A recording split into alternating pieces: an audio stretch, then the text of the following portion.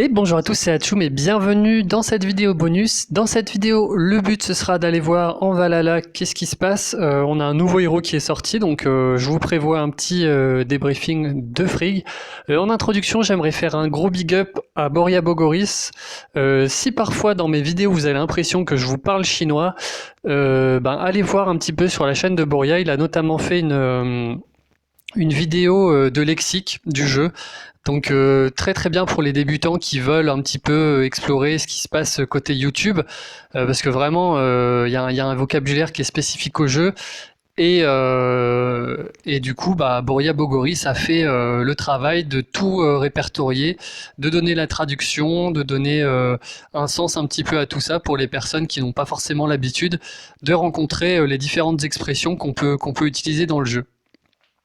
Donc voilà, juste je voulais vraiment vous diriger vers la chaîne de Borja, qui est aussi quelqu'un qui fait pas mal de gameplay, hein, donc si vous aimez voir du gameplay, vous pouvez aller vous intéresser à sa chaîne. Alors maintenant, Frigg, nouveau héros Frigg. Frigg, c'est un héros de classe voyou. Alors, allez savoir pourquoi, hein. Autant Lyanna Ranger, ça fait sens, hein, elle a un arc. Wukong moine, June moine, je trouve ça cool. Mère Noël ecclésiastique, on voit que c'est. Enfin, les choses jusqu'ici, je trouve, faisaient sens. Après, déjà avec les costumes, des fois, ça faisait plus aucun sens. Mais alors là, vous avez une femme, une sorte de reine aristocrate. Et non, c'est une voyou. Alors c'est peut-être un message subliminal pour nous dire que les aristos sont finalement que des voleurs, mais bon. Bref, je sais pas si politiquement SG peut se permettre ce genre de remarques vu que je pense qu'ils sont plutôt dans les aristos que dans les voyous. Bref. Au niveau du royaume, on a un bonus royaume qui est sympa. Alors ce que j'aime bien avec ce bonus royaume, c'est qu'il s'applique quand le héros est bas en PV, ce qui veut dire qu'il peut s'appliquer en fait plusieurs tours d'affilée. C'est pas comme un bonus royaume qui s'applique uniquement à la mort du personnage. Par contre, je le trouve un peu faiblard. Voilà, je trouve que si le héros est tout seul, 2% de santé, ça fait quoi 2% de santé? Ça fait là par exemple sur les 1300 PV qu'elle a, ça fait 13 PV quoi. 13 PV, c'est pas gigantesque. Enfin, ce serait plutôt du 14 PV avec toutes les troupes, etc. 14-15 PV, quoi. Enfin, du coup 30 PV. Bon, je viens de vous embrouiller complètement. 2% de 1500 à peu près, si on arrive à la monter à 1500 PV, ça fait 30 PV par tour quand sa santé devient faible. Alors ça, pareil, c'est un peu flou à partir de quel moment la santé devient faible, ça pourrait être écrit quand même. Bref, un bonus royaume assez anecdotique, je trouve. Au niveau des stats, on a un héros, moi j'adore ce genre de héros qui a des stats comme ça, hein, une attaque qui est forte, une défense qui est forte, une santé qui est fort, sans excéder non plus, sans être dans un extrême en fait. Ce que j'aime bien, c'est qu'on peut faire ce qu'on veut avec ce héros. D'un point de vue des emblèmes, on peut l'emblémer défensivement ou offensivement. C'est un héros qui va pas nous pénaliser en termes de dégâts de tuiles parce qu'il a des stats élevés en attaque, et c'est un héros qui va pas se faire one shot parce qu'il a déjà des stats élevés en défense. Donc moi c'est vraiment, je trouve que vraiment dans l'état du jeu actuel, c'est vraiment le genre de stats que j'ai envie que mes héros aient. Ensuite, au niveau de sa CS, on a une CS qui est rapide. Donc moi ça m'intéresse tout de suite parce que c'est un héros qui va faire sa CS avant que Telluria lui démolisse sa mana. Par exemple, après de base, même dans un raid où il n'y a pas Telluria, ça veut dire que le héros a vraiment de grandes chances, surtout avec une défense qui tient la route comme celle-ci, de faire sa CS dans le raid. Ensuite, donc, inflige 100% de dégâts à tous les ennemis. C'est faible, mais inflige 18% de dégâts supplémentaires pour chaque bouclier nature sur le plateau, jusqu'à un total de 244 dégâts. Donc 244, il va falloir se coucher tôt pour aller les faire, hein, sachant que il faut déjà avoir 8 tuiles pour déclencher la CS de Frigg, et du coup il faudrait 244 divisé par 18, il faudrait encore à peu près 13 ou 14 tuiles sur le plateau. pour atteindre les 244%. Ah non, non, c'est 144 qu'il faut diviser par 18. Ça fait 8. Donc il faut 8 huiles, 8 huiles sur le plateau après que vos 8 huiles aient été explosées. En vrai, ça peut arriver. En vrai, ça peut arriver, mais disons que le raid est déjà gagné à ce moment-là et que c'est pas forcément Frigg qui va vous le faire gagner. Mais bon, dans l'idée, au final, ça reste quand même relativement probable. Ensuite, tous les ennemis reçoivent moins 8% de défense, ainsi qu'une réduction supplémentaire de moins 4% pour chaque bouclier nature sur le plateau pendant 3 tours, jusqu'à un maximum de 44. Donc là, du coup, c'est 36. Je pense que c'est pareil. 36 divisé par 4, ça fait 9 tuiles cette fois. 9 tuiles pour être à 44%. Ouais, c'est ça. Donc il faut 9 tuiles pour avoir le debuff de défense maximal et 8 tuiles pour avoir les dégâts maximum. Donc ça, n'hésitez pas à me reprendre en commentaire hein, si j'ai fait... là, j'ai fait un petit peu les calculs en live. Mais je pense que c'est ça. Donc ça reste des choses qui sont relativement probables. Moi, ce que je trouve surtout, c'est que par exemple, on va se dire, on a déjà fait 8 tuiles pour avoir la CS de Frigg. On a encore 4-5 tuiles qui traînent, on va dire 5 tuiles par exemple. Au final, ces dégâts sont de donc 18 x 5, ça fait 90, donc 190% de dégâts. Donc c'est les dégâts de Cadillaine. 190% de dégâts. Sachant qu'elle a des stats à peu près similaires à Cadillaine, il me semble. Hein. Et ensuite, une fois qu'on a 4 x 5, ça fait 20. Donc 28%, moins 28% de défense. Donc c'est pas un debuff défense type le moins 44% qu'on connaît à Wilbur, également Isarnia, Vivica costumée, c'est du moins 44%. Mais en fait là, en rapide, on peut infliger un debuff de défense de 28%. Je trouve ça quand même assez cool. 28%, c'est quasiment les 34% d'un Mani costumé, par exemple, ou d'un Grim. Donc voilà, très clairement, je trouve ça pas mal. Je pense que c'est c'est un support offensif en fait. Ça peut vous aider, par exemple, si vous avez, imaginez, vous avez Almur, vous avez donc Almur, Frigg, et vous mettez par-dessus ça un Elkanen. Donc Elkanen qui est un héros qui manque un petit peu de dégâts de base. Le debuff d'Almur plus le debuff de Frigg peuvent vous permettre, je pense, de faire des énormes dégâts avec la CS d'Elkanen. Donc je trouve que c'est un héros qui va bien, qui va quand même bien avec ce genre de combo. Ça va aussi vachement bien avec Zéline, puisqu'on débuffe la défense en rapide. Zéline derrière passe et fait des dégâts sur tout le monde, avec en plus des dégâts supplémentaires contre le bleu. Ça peut rendre la CS d'une Zéline ultra destructrice. Donc, ce que je pense du héros, donc, en défense, je pense que c'est pas terrible. Bon, dans tous les cas, on est dans une méta où le tank est vert. Je la vois pas en tank non plus, elle est un peu faible en défense.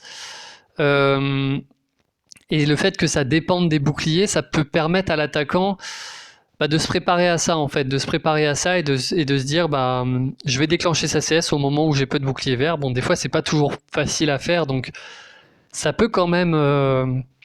Je sais pas, je suis en train de réfléchir en fait en même temps. Je pense que si on l'emblème full défense, ça peut être une alternative à Telluria. Ça peut être quand même un héros comme par exemple Cadillaine costumé ou ce genre de héros. C'est quand même un héros qui affecte tout le monde et qui affecte la stat de défense. Donc pourquoi pas emblémer en full défense, en plus de ça avec une classe voyou, donc elle va être énervante à tuer. Pourquoi pas, mais c'est pas prioritaire dans le sens où elle va mourir en 3 tuiles rouges en fait, en 4-1, en 3-2, en mono. Peut-être pas en 3-2, mais bon. Elle va avoir quand même beaucoup de mal à résister avec ces stats-là. Donc voilà, bon, par contre, vu qu'elle est rapide, elle a de fortes chances de punir avant de mourir. Donc voilà. Donc en défense, je donnerais une note de jouable en fait. C'est jouable en défense, c'est pas incroyable, c'est pas nul nul nul, c'est jouable en défense. En tank, en flank, pourquoi pas dans une méta où on aurait par exemple un tank rouge, ce serait un héros qui peut se mettre en flank. Zéline est aussi un bon flank, donc pourquoi pas Frigg. Moi, ce qui m'inquiète, c'est un peu les dégâts en fonction des boucliers nature, mais bon, je pense que c'est assez aléatoire pour être difficilement gérable par l'attaque, mais bon. En tout cas, si vous attaquez Frigg, il va falloir faire quand même attention à ça. Il va falloir faire attention au nombre de boucliers verts que vous avez sur le board quand vous déclenchez sa CS. Donc par exemple, si vous partez en mono rouge, faut quand même jeter un œil aux tuiles vertes, les dégager avant que Frigg fasse sa CS. Sinon, ça peut être quand même assez destructeur, hein. Parce que se prendre un moins 44% de défense, ça fait pas plaisir, quoi. Ensuite, pour moi, le héros prend vraiment tout son sens en attaque. C'est pour moi vraiment un héros d'attaque d'ailleurs. Euh, c'est ouais. En attaque pour moi c'est un A, hein. Si on reprend par exemple la classification de Encore des héros, je pense que en attaque c'est A. C'est un héros qui est rapide, qui impacte la défense, qui fait des dégâts, enfin utilitaire dégâts en même temps. Une bonne classe en plus pour esquiver des compétences qui peuvent aléatoirement tomber sur lui. Enfin, clairement, le perso est bien. Le perso est vraiment bien pour ça. Donc attaque, oui. Titan, pourquoi pas? Parce que Buddy, actuellement, c'est le seul debuff de défense vert. Debuff de défense normale, pas de défense spécifique. Le problème, c'est que Buddy, il a 560 de dégâts de tuiles. Et donc c'est un vrai handicap. C'est un peu ce que je parlais tout à l'heure quand je parlais vraiment des stats de Frigg, hein. Là, on a un héros qui ne nous handicape nulle part. Et avoir un héros qui débuffe la défense à 753 de dégâts, c'est bien. Surtout qu'en Titan, on va vouloir débuffer la défense à partir du moment où on aura apporté les tuiles vertes. Donc je parle contre Titan bleu, hein. Je la vois pas non plus être assez versatile comme une Athéna par exemple pour être amenée sur d'autres titans que les titans bleus. Mais là, on a un héros qui est intéressant parce que on va vouloir déclencher sa CS au moment où on a des tuiles vertes sur le plateau pour pouvoir faire des dégâts ensuite. Donc ça veut dire qu'on va souvent être dans la situation où on est à au moins moins 40% de debuff défensif. Donc sur Titan, pour moi, c'est un gros oui. Ça va être un héros qui va pour moi permettre de remplacer Buddy, qui est très bien, hein, mais qui est quand même un 4 étoiles, donc qui a des stats de 4 étoiles. Donc là, voilà, on a enfin un bon debuff défense en vert. En tournoi, alors en attaque de ruée, elle va pas forcément être super forte, ça c'est sûr. En bataille sanglante, oui, ça va être très fort. Et en booster de bonus, ça va, enfin pas spécialement. Ça peut être utilisé, mais c'est pas elle qui va donner les bonus, donc c'est pas elle qui va, c'est pas elle spécialement qui va être forte, mais bon, elle peut être à la limite figurée dans une équipe d'attaque en booster de bonus. Je vois pas d'inconvénient. Et ensuite en event, pourquoi pas en fait. C'est pareil en fait, couplé avec une Evelyn, c'est très fort. Ça donne debuff de défense normale, debuff de défense élémentaire, et derrière on a juste à mettre des Kingston, des trucs comme ça, et on fait des dégâts assez incroyables. Donc pour moi un héros qui est vraiment polyvalent. Sa vitesse de mana c'est vraiment ce qui la rend ultra polyvalente, hein. Donc voilà, pour moi c'est un excellent héros. C'est tout ce qu'on attend d'un héros 5 étoiles, surtout vert, hein. Ça fait longtemps qu'il n'y a peut-être pas eu des. Parce que bon, il y a eu Zoc qui est sorti, mais bon, Zoc, typiquement, hein, entre Frigg et Zoc, pour moi, en plus ils sont de même classe. Bon, lui par contre, il a une tête de voyou, hein. Bon, bref. À classe équivalente, je préfère Frigg que Zoc. De loin. de très loin. Bon voilà, alors je vais mettre ma petite invocation, hein, en espérant avoir Frigg, mais bon. Bah voilà, ce sera Balthazar à la place. C'est aussi un rapide, hein, donc bon. Bref, simplement, donc bon, je vais finir la vidéo là-dessus. Avant de finir la vidéo, il y a une question qui me revient pas mal en ce moment sur les chatlines de la part des abonnés. C'est sur tout ce qui est monétisation sur YouTube, etc. Est-ce que je gagne de l'argent sur ma chaîne YouTube et tout? Moi, je vais simplement vous rappeler que je ne fais aucun bénéfice sur ma chaîne YouTube. Je n'ai pas monétisé ma chaîne, donc le problème, c'est que YouTube a un peu changé sa politique. Avant, en fait, normalement, vous ne deviez pas avoir de pub du tout en regardant mes vidéos. Maintenant, c'est possible que vous ayez des pubs, mais en fait, si vous regardez ces pubs, il n'y a aucune partie de l'argent généré par la publicité qui ne me revient. En fait, c'est YouTube qui prend cette commission-là. Donc bon, ça fait partie de la politique qu'on accepte des conditions d'utilisation de YouTube, etc. Donc bon, j'ai pas trop mon mot à dire là-dessus, hein. Je trouve pas ça bien ou pas bien, j'en sais rien ce que ça leur apporte vraiment. Mais voilà. Moi, c'est pas mon métier d'être youtubeur. Je suis ingénieur dans la vie, donc j'ai aussi ça à côté. Ça me prend quand même du temps d'être sur YouTube. Mais voilà, je voulais simplement vous dire que si je monétisais ma chaîne, je pourrais vraiment pas en vivre. Là, on est sur donc pour vivre, il y a encore, je sais, qui essaye de vivre du streaming sur Empire and Puzzle. Pour ça, il a dû passer des accords avec Red Shadow Legends. Il a dû enfin, il monétise à mort ses vidéos, il est ultra productif sur ses vidéos. Euh, bon voilà, moi c'est pas forcément ça que j'ai envie de faire. Et je peux vous assurer que si je voulais en faire mon métier, j'aurais un sérieux boulot à faire pour que ça puisse devenir rentable. Donc voilà.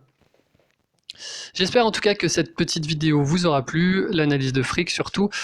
Et puis, laissez-moi un petit commentaire si vous avez quelque chose à dire sur tout ça. Voilà, allez, à bientôt, ciao.